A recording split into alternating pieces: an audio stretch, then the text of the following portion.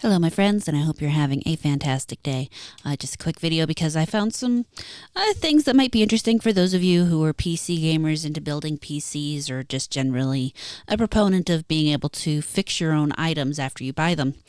Looks like Logitech and iFixit are teaming up to make it easier to repair your mice, keyboards, and headphones if that's what you really want to do. What this entire article is about is basically the team Logitech providing a repair manual for various things. They have 24 devices right now spanning headphones, keyboards, and mice, which I mean is kind of nifty if you ask me. Those repair guides, of course, then link to parts on iFixit, because how are you going to fix something if you don't have a part? Now, while in one hand, it's definitely a deal for Logitech and iFixit, because I do imagine they have something worked out where they both get a cut in the profits. It is, in my personal opinion, really good for gamers and people who use computers in general.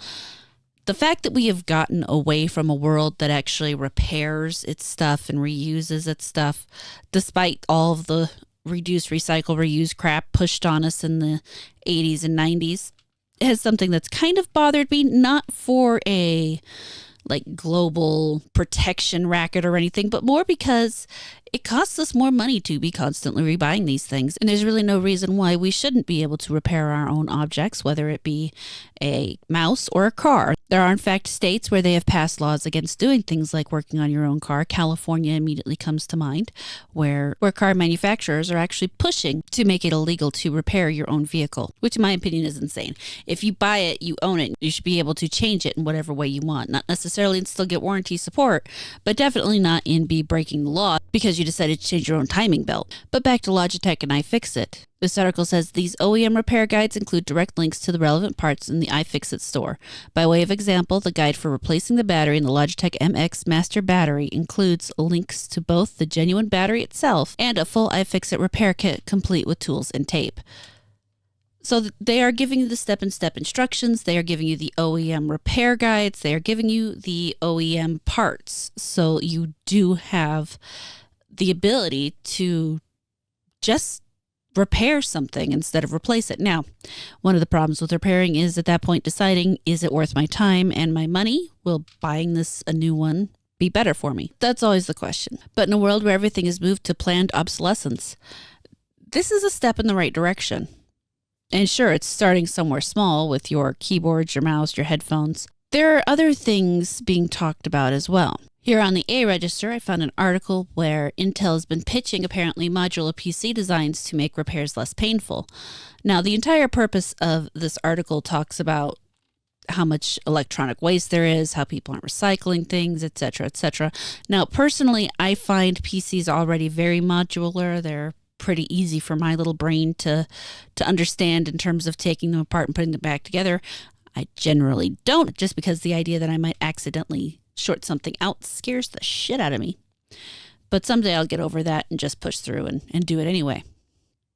As it is with my Meta PC, I had to put in the video card because I got the 4070. Those fuckers are big and you don't want to transport that in shipping because it's going to shake, it's going to cause problems, it's going to weaken it. And so they ship their PCs with the larger cards out with the cards separate, and then you get to put it in yourself, which was fun. I enjoyed it. It was a learning moment. It took me a little while to figure out where the pin went, and then you have to push harder than you think.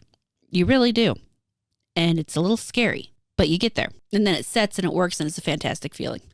But they're looking, as I said, to go into a more modular design, which would make it easier for the common person to do their own repairs. They're talking about 3 different types of designs: a premium modular PC, an entry mainstream modular PC, basically 2 laptops, and a desktop modular PC. With the premium modular PC, they're looking at a 3-board system comprising a core motherboard plus universal left and right I/O boards, the latter engineered to be common across fanless and thin and light designs, with a 10-watt power envelope, and premium fan designs for up to 20 watts or 30 watts. The entry or mainstream modular PC is similar, with a core motherboard and left-to-right I/O boards, although in this segment, Intel says these can be redesigned to allow multiple SKUs in the design. The circuit boards are also cost-optimized here to cater to the mainstream segment, it says. I have an Alienware laptop that I bought back in 2019, 2018, somewhere in that range. I'm not I don't remember 100% for sure.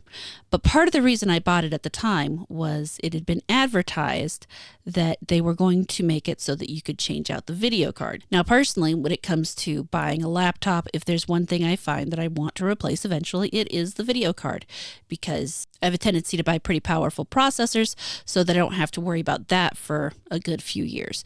But eventually time goes on and you want that new video card. And because it's a laptop, you can't do that. Now, back to where I said I bought this laptop because they said they were going to make it so that you could do that. And of course, they didn't. Go figure. Now, as much as I miss having a laptop where I could play downstairs while I was doing other things, I think my next goal is to get a Steam Deck.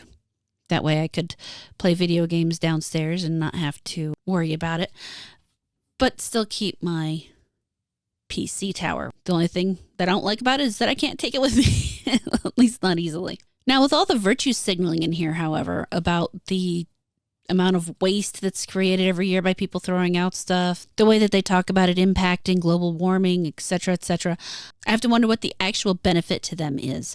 I think they're seeing a world in which people kind of pick out their own PC, and because they've dumbed down the connectors and everything so much that anybody can build a PC or build themselves a laptop if they want.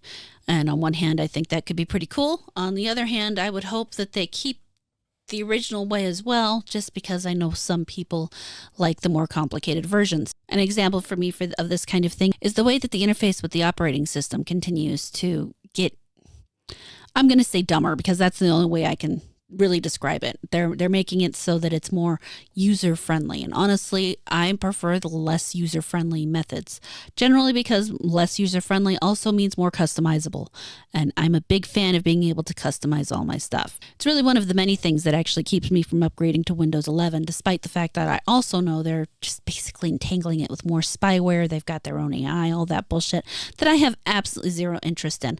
However, if they could just leave it as is, I might, but I probably won't, and I really need to get on figuring out how to transfer over to Linux instead. There's so much stuff I need to make time for, and I never do. But, we make time for the things that we love, so I might have to make time for that. If it wasn't for the fact that I'm a gamer, that might be a little easier.